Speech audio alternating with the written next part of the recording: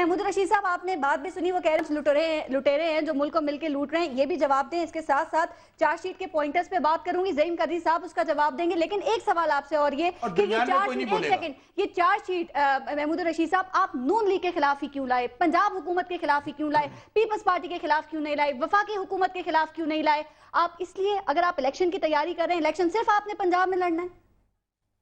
देखिए, बात सुने, मैंने जैसे पहले कहा कि हमारी जद्दोजहद इन दोनों बड़ी पार्टियों के खिलाफ है। जो अभी इब्राहिम मुगल भी कह रहे थे कि ये तो नूरा कुश्ती कर रही हैं, जो ये 3.5 साल तक पंजाब में मिलकर हुकूमत करते रहे हैं, पिछले 4 साल ये एक दूसरे के फितरी हलीफ रहे हैं, एक दूसरे को प्रोटेक्ट करते रहे हैं, तमाम बातों में इनका इत्तफाक राय है। अब ये लोगों की आंखों में धूल झोंकने के लिए एक दूसरे के खिलाफ बड़ी बढ़ बढ़ के बातें कर रहे हैं। हमने हमेशा दोनों हुकूमतों को चार्जशीट किया है, दोनों को क्रिटिसाइज किया है, और पीपल्स पार्टी के बारे में हम समझते हैं कि टोटल डिजास्टर है। कल इमरान खान ने परसों ये बात सबसे पहले कही कि मेरी बात ये, आप मेरी बात सुन लीजिए ना, अब आप मुझे मौका दें। देखिए, मैं अगर यहां बात करना चाहूंगा तो इसके लिए कई प्रोग्राम आपको रखना पड़ेंगे। मैं स्पेसिफिकली सिर्फ 3 टॉपिक्स को लेता हूं, education, law and order, local government. इसी के ऊपर अगर आप मुझे थोड़ा सा टाइम दे दें, मैं फैक्ट्स एंड फिगर्स के साथ बताऊंगा कि ये आप बताएं, फिर ज़हीम कादरी साहब से पूछती हूं मैं। जी, मैं ये कह रहा हूं कि ये जो एजुकेशन का बेड़ा गर्क किया हुआ है इन्होंने, पंजाब हुकूमत ने, कि ये दानिश स्कूल बना के 16,000 रुपया एक बच्चे के ऊपर ये खर्च कर रहे हैं। ठीक है, जबकि आम एक जो तालीम हासिल करने वाला बच्चा है उस पर 1600 भी खर्च नहीं हो रहे। 5,700 स्कूल जो हैं पंजाब के अंदर वो बंद करने पड़े हैं। 2,90,00,000 जो स्टूडेंट्स हैं वो स्कूल नहीं जा सकते, प्राइमरी की एजुकेशन की सहूलत उन्हें हासिल नहीं है। फिर ये मैं आपको डाटा दिखा रहा हूं, ये देखिए कि 30% जल्दी बता दें, स्कूलों के अंदर चार दीवारी नहीं है, 20% स्कूलों में पीने का पानी नहीं है, और ये 24% स्कूलों की 4 दीवारियां नहीं है। ठीक है। जब तालीम की हालत ये हो कि वहां 3 करोड़ बच्चों को स्कूल जाने के लिए सहूलतें मैसर ना हो, जहां तकरीबन 5,700 स्कूलों को बंद करना पड़े, जहां पर ये 30% स्कूलों में टॉयलेट्स ना हो, 20% में पीने का पानी ना हो, 24% में वहां पर 4 दीवारी ना हो, तो ये यहाँ दानिश स्कूल बनाने चले हैं। ये मैं आपको बता रहा हूं कि ये है दानिश स्कूल का टोटल जो है। महमूद रशीद साहब, आपने जो बात की ना, अब जरा ज़हीम कादरी साहब को इतना भरपूर मौका देना चाहिए। इतने सवालात हैं, एक सवाल मैं भी कर लूं। जवाब दें, मत बोले आप बसर साहब सबसे ज्यादा शोर मैं नहीं बोलूंगा, ये दरमियान में नहीं बोले। ठीक है, अब ज़हीम कादरी साहब, आपने महमूद रशीद साहब की बात सुनी, 1-2 बातें मेरी भी सुन लें, फिर आप आराम से जवाब दीजिएगा। ये जो पंजाब हुकूमत पर लगने वाले इल्जामात की बात कर रहे हैं, उनमें यह है कि पावर जनरेशन पर 9 अरब रुपए आपने खर्च किए, सिंगल मेगावाट बिजली आपने पैदा नहीं की, 5,700 स्कूल बंद हो चुके हैं, उनको चलाने के बजाय दानिश स्कूल के नाम पर अखराजात किए जा रहे हैं। महमूद रशीद साहब ने भी ये बात की। 21 अरब रुपए वाली रैपिड बस सर्विस पर 70 अरब रुपए आपने झोंक दिए हैं। पुलिस की तनख्वाहों में आपने 100% इजाफा कर दिया है। 12% क्राइम रेट बढ़ा है पंजाब में, आपके कंट्रोल में वो नहीं है। खादिम आला ने बल्दियात का सारा बजट अपने पास रखा हुआ है, पटवारी लेवल तक करप्शन है, लैपटॉप और सस्ती रोटी में कौम का अरबों रुपए आपने डबो दिया है। जी ज़हीम कादरी साहब, ये 5 घंटे का प्रोग्राम चाहिए इतने सवालात के लिए? पहले मैं आपका जवाब दूं या आपका? मैं आपको पूरा टाइम दूंगी, जिसका दिल करे जवाब दें आप बस। अच्छा जी, एक जवाब सुनते जाइए। आपने रैपिड ट्रांसपोर्ट बस सिस्टम की बात की। हमारे नजदीक ये एक फ्यूचरिस्टिक इंफ्रास्ट्रक्चर प्रोजेक्ट है, 28 अरब रुपए का प्रोजेक्ट है। जब हमने मोटरवे 25 अरब से बनाई थी, आज फेडरल गवर्नमेंट खुद कह रही है कि ये 2,000 अरब रुपए का प्रोजेक्ट है। नंबर 2, आपने बात की स्कूलों की। पिछले 4 साल से कंटिन्यूसली 4 अरब रुपया हर साल मिसिंग फैसिलिटीज पर खर्च हो रहा है और उसकी अपलिफ्ट में काम आ रहा है। 35,000 असातिज़ा को मेरिट पर भर्ती किया गया है ताकि वो जाके अपने इलाकों में तालीम दे सकें। तालीम का सबसे बड़ा प्रॉब्लम जो था वो फॉल आउट था। लोग छोड़ जाते थे 10वीं में क्योंकि उनके वालिदैन के पास पैसे नहीं होते थे। हमने उसके लिए पी का endowment fund, Punjab education endowment fund कायम किया, जिसे आज 50,000 फाइनेंशियल एडवांटेजेस लेके तालीम हासिल कर रहे हैं।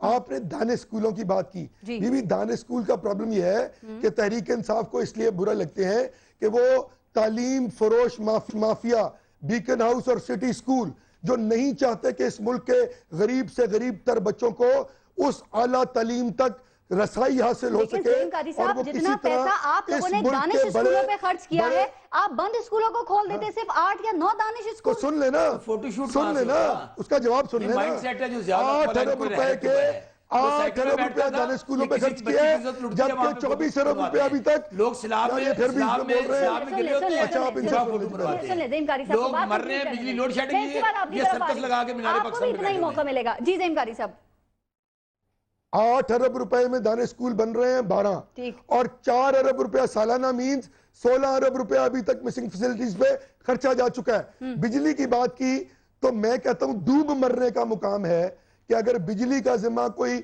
मतलब जहालत की इंतहा है, पता ही नहीं है कि हम कब 18th अमेंडमेंट हुई, ठीक। कब हमें ये अलाउ किया, और आज भी टैरिफ जो उसका टैरिफ है वो और सॉवरेन गारंटी ठीक। जो फेडरल गवर्नमेंट की जिम्मेदारी होती है, हमारे से डिस्कशन नहीं हो रही।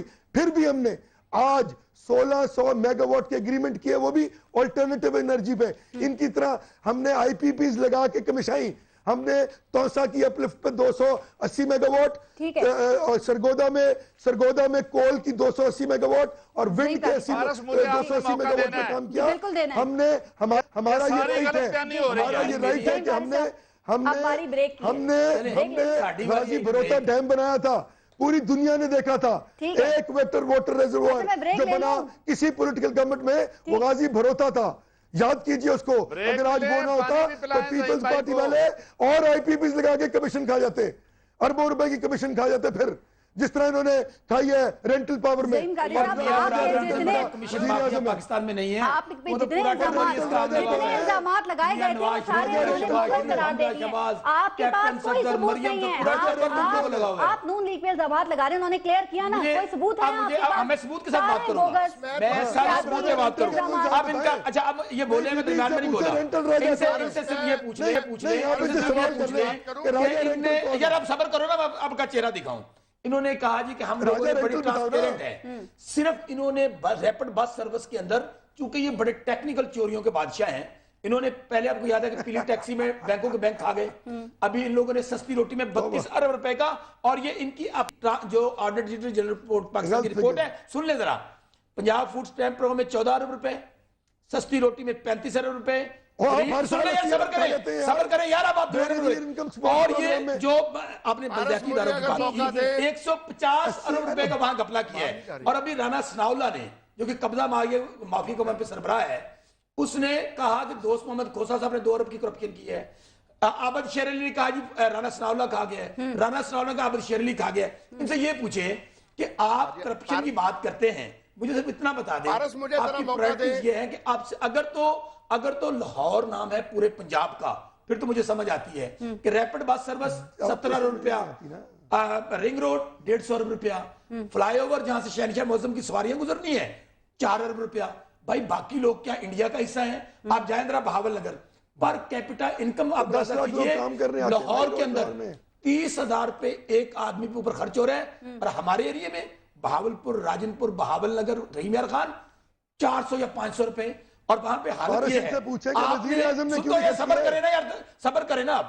वज़ीर आज़म का बताएं ना, उसने क्यों नहीं खर्च किया है? आपने पुलिस को तो पुलिस की उन्होंने कुछ नहीं किया। आपने साउथ पंजाब में कुछ किया? हाँ। आपके वजीर आज़म वहां से रहे, आपके गवर्नर वहां से हैं, आप वो क्या कर रहे हैं? बड़ी इंपॉर्टेंट बात है पारस, ये बताएं मुझे कि prime minister of Pakistan south हम है ना, साउथ आज क्यों अपना हक मांग रहा है? आज क्यों वो रायबंड की तरफ लॉन्ग मार्च करना चाह रहा है? इसलिए कि शहनशाह मौसम ने हमारा हक खा लिया। ये सिर्फ रायबंड के बादशाह हैं, ये रायबंड की 3 दिन हो रहा है सड़कें बना रहे हैं। मेरे सुन ले, आसानी से आपका हक खाया जा सकता है। खा गए ना भाई, हमारे जानवर इंसान एक जगह से पानी पी रहे हैं। हारूनाबाद बहावल नगर रोड की मिसाल देता हूं, 10 करोड़ रुपए चाहिए, अब वहां पे 150 अरब सिर्फ रिंग रोड पे लगा रहे हैं। इनसे ये पूछे, आपने लॉ एंड ऑर्डर की बात की, सुन ले, आज पंजाब में डाकू राज वाली बात की। है, सबसे बड़ा पंजाब क्राइम। पंजाब में डाकू राज है। बेनजीर इनकम सपोर्ट प्रोग्राम की सबसे ज्यादा रजिस्ट्रेशन मुल्तान में क्यों है, मुझे पहले ये बताएं। अच्छा मुझे एक बात सुने, मेरी तो ये बताएं। इसको जाता कितना वाहिद साल प्रोग्राम है बेनजीर इनकम सपोर्ट प्रोग्राम पारस, जिसको इंटरनेशनल डोनर्स डोनेट करते हैं और उन्होंने कहा है कि पाकिस्तान का वाहिद प्रोग्राम है जिसमें करप्शन नहीं।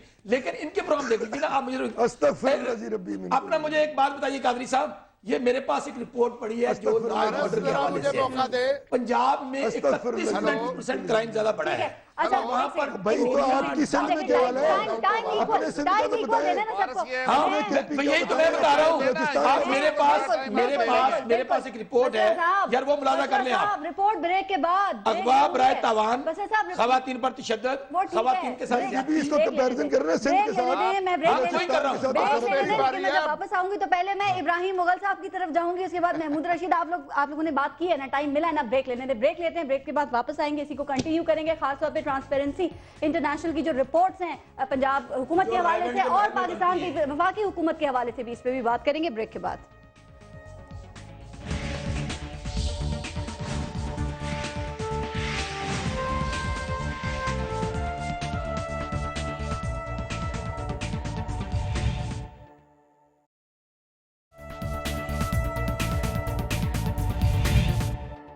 महमूद रशीद साहब और बसर साहब, आप दोनों से मैं ये बात करूंगी। देखिए, ट्रांसपेरेंसी इंटरनेशनल की रिपोर्ट सामने है ना, उसमें लैपटॉप मंसूबे को भी क्लियर कर दिया है, रैपिड बस सर्विस को भी किया है। अब ये साबित तो हो गया, लेकिन आप लोग फिर भी ये नहीं मान रहे हैं, क्यों? अगर तो उस ट्रांसपेरेंसी इंटरनेशनल का कमरा राइडन के महल में है तो फिर तो मेरी बात समझ आती है। जी महमूद रशीद साहब, आप चैलेंज करते हैं फिर? मैं ये अर्ज करना चाहता हूं आपसे कि जो बातें मैंने की हैं उनका जवाब इन्होंने नहीं दिया। ज़हीम कादरी साहब ने जो मैंने दानिश स्कूल की बात की थी, इस पर करोड़ों रुपया दानिश स्कूल के जो इनॉग्रेशन प्रोग्राम है उसके ऊपर लगा दिया। दूसरा इन्होंने ये बिजली की बात की है, और मैं इनके इल्म में लाना चाहता हूँ ये आइन के आर्टिकल, ज़हीम भाई बात सुन ले मेरी, आइन के आर्टिकल नंबर 157 जिसमें सूबों को बिजली पैदा करने का, ग्रिड स्टेशन बनाने का और अपने सिस्टम को अपग्रेड करने का पूरा इख्तियार हासिल है। ये मैं कैमरा आपके 157 ये कोई 18वीं तरमीम का मसला नहीं है। ये सूबों को बिजली पैदा करने का इख्तियार आइन ने पहले से दिया हुआ है। इसका सब सेक्शन उनकी सियासत खत्म हो जाएगी मियां साहब। ये तो ड्रामे की सियासत करते हैं। की बात कर रहे हैं और मुझे जरा बात कर लेने दे। बसरा साहब एक मिनट मुझे बात कर लेने दे। बसरा साहब मुझे बात कर लेने दे। मैं सिर्फ दो बातें आपसे करना चाहता हूँ। पहली बात तो ये कि आपने ये जो पंजाब के अंदर जो तमाशा वन मैन शो वाला है, पिछले 4.5 साल से इब्राहिम मुगल ने भी ये बात कही कि अभी 15-16 वजारतें जो हैं वो चीफ मिनिस्टर साहब के पास हैं। हेल्थ का मिनिस्टर कोई नहीं, एजुकेशन का मिनिस्टर कोई नहीं। अभी आपने एजुकेशन की बात की है, मैं समझता हूं कि आप एडवाइजर हैं, मिनिस्टर नहीं आप। एजुकेशन के अंदर हो रही है, कैबिनेट वो मिनिस्टर ही होता है वो। हमने आपकी तरह गुजरांवाला ले लें, हर जगह हर गली की नुक्कड़ के ऊपर जो है ना वो स्कूल खुला है, कोई पूछने वाला नहीं है। हेल्थ को, एजुकेशन को, ये मुझे मौका देना बात करने का। मैं तो काफी भी मेरी खत्म हो गई है, मैंने डाली हुई आधा घंटा। पंजाब हुकूमत किधर है?